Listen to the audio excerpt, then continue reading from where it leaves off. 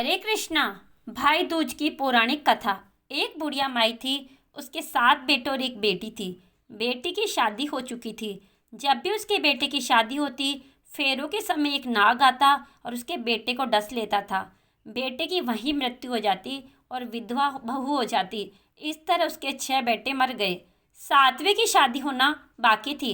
इस तरह अपने बेटों के मर जाने के दुख से बुढ़िया माई रो रो के अंधी हो गई थी। भाई दूज आने को हुई तो भाई ने कहा कि मैं बहन से तिलक कराने जाऊंगा।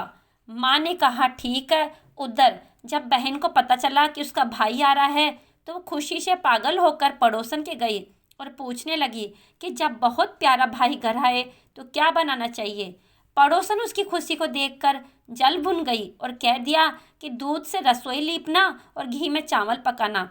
बहन ने ऐसा ही किया। उधर भाई जब बहन के घर जा रहा था तो उसे रास्ते में सांप मिला। सांप उसे डसने को हुआ। भाई बोला, तुम मुझे क्यों डस रहे हो?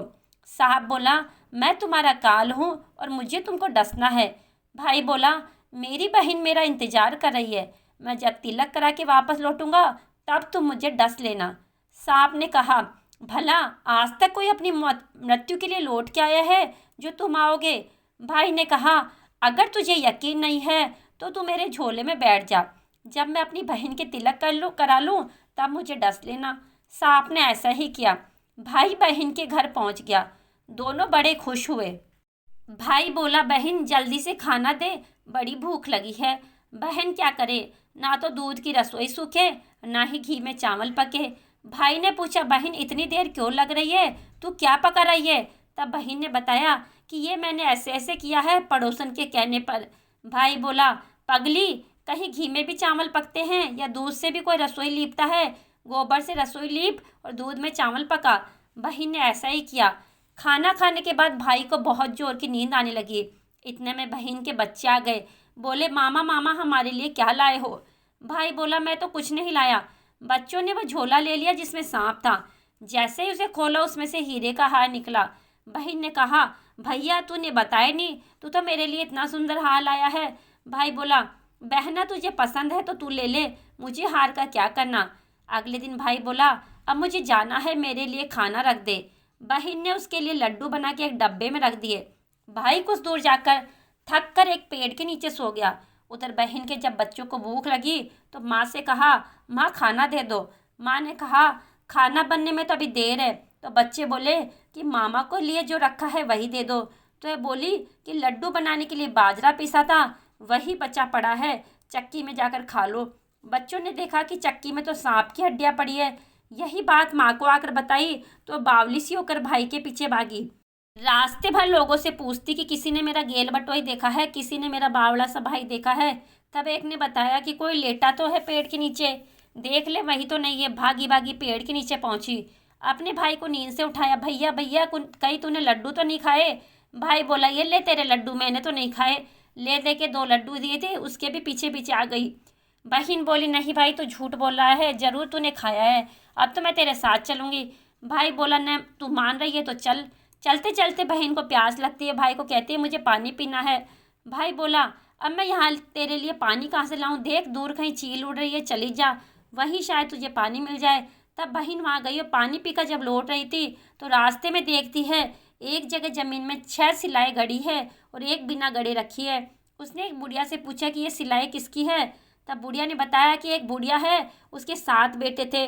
6 बेटे तो शादी के मंडप में ही मर चुके हैं तो उनके नाम की सिलाई गड़ी है। अभी 7वें की शादी होनी बाकी है। जब उसकी शादी होगी तो वह भी मंडप में ही मर जाएगा, तभी 7वीं सिला भी ज़मीन में गाड़ी जाएगी। यह सुनकर बहन समझ गई कि यह सिलाई किसी और की नहीं बल्कि उसके भाइयों के नाम की है।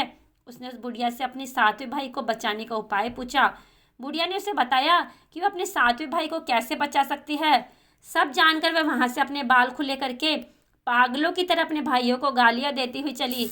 भाई के पास आकर बोली, तू जलेगा, तू कुटेगा, मरेगा। भाई उसके ऐसे व्यवहार को देखकर चौंक गया पर उसे कुछ समझ नहीं आया। इसी तरह दोनों भाई बहन माँ के घर पहुँच गए।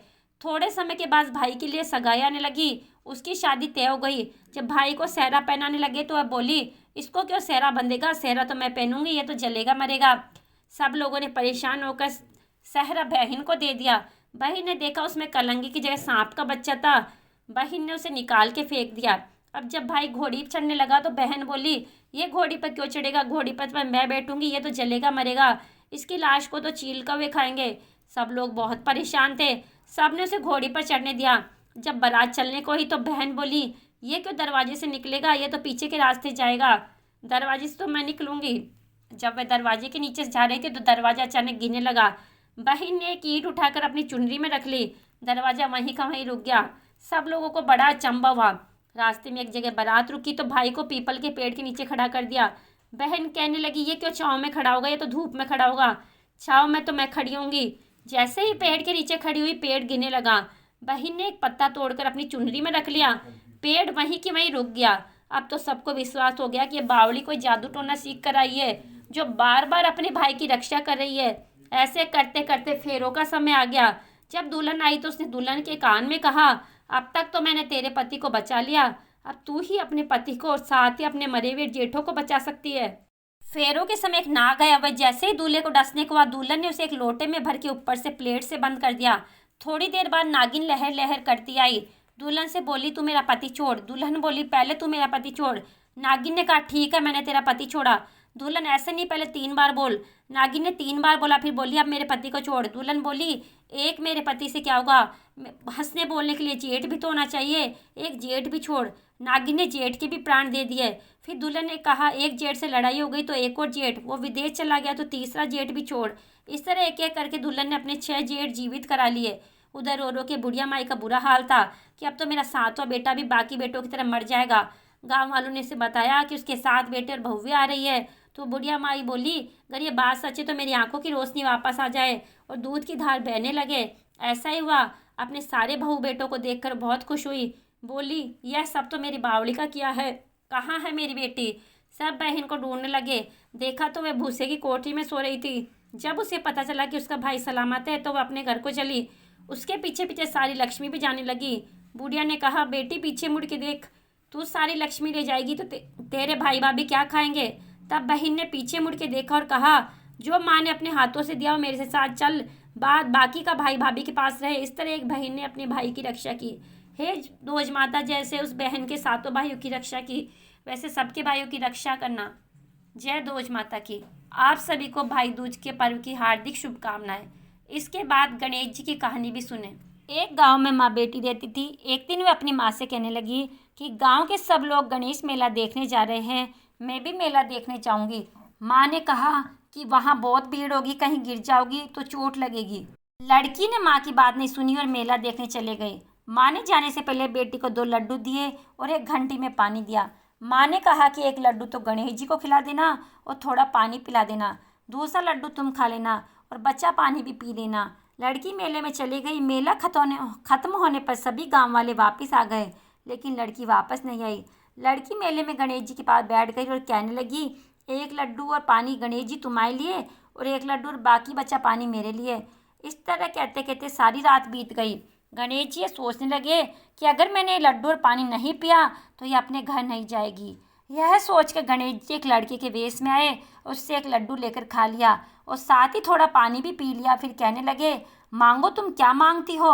लड़की मन में सोचने लगी कि क्या मांगूं, अन्न मांगूं या धन मांगूं, या अपने लिए अच्छा वर मांगूं, या खेत मांगूं या महल मांगूं। वह मन में सोच रही थी तो गणेश जी उसके मन की बात को जान गए। वह लड़की से बोले कि तुम अपने घर जाओ और तुमने जो भी मन में सोचा है वह सब तुम्हें मिलेगा। लड़की घर पहुंची तो माँ ने पूछा, इतनी देर कैसे हो गई। बेटी ने कहा, आपने जैसा कहा था वैसा मैंने किया है। और देखते ही देख जो भी लड़की ने सोचा था वह सब कुछ उसको मिल गया। हे गणेश जी महाराज, जैसा आपने उस लड़की को दिया वैसा सबको देना। कहता न सुनता न हुक्कार भरता, आपके सारे परिवार को देना। अगर आपको वीडियो पसंद आई तो वीडियो को लाइक अवश्य करें और चैनल को सब्सक्राइब करना ना भूलें और कमेंट बॉक्स में राधे राधे अवश्य लिखें।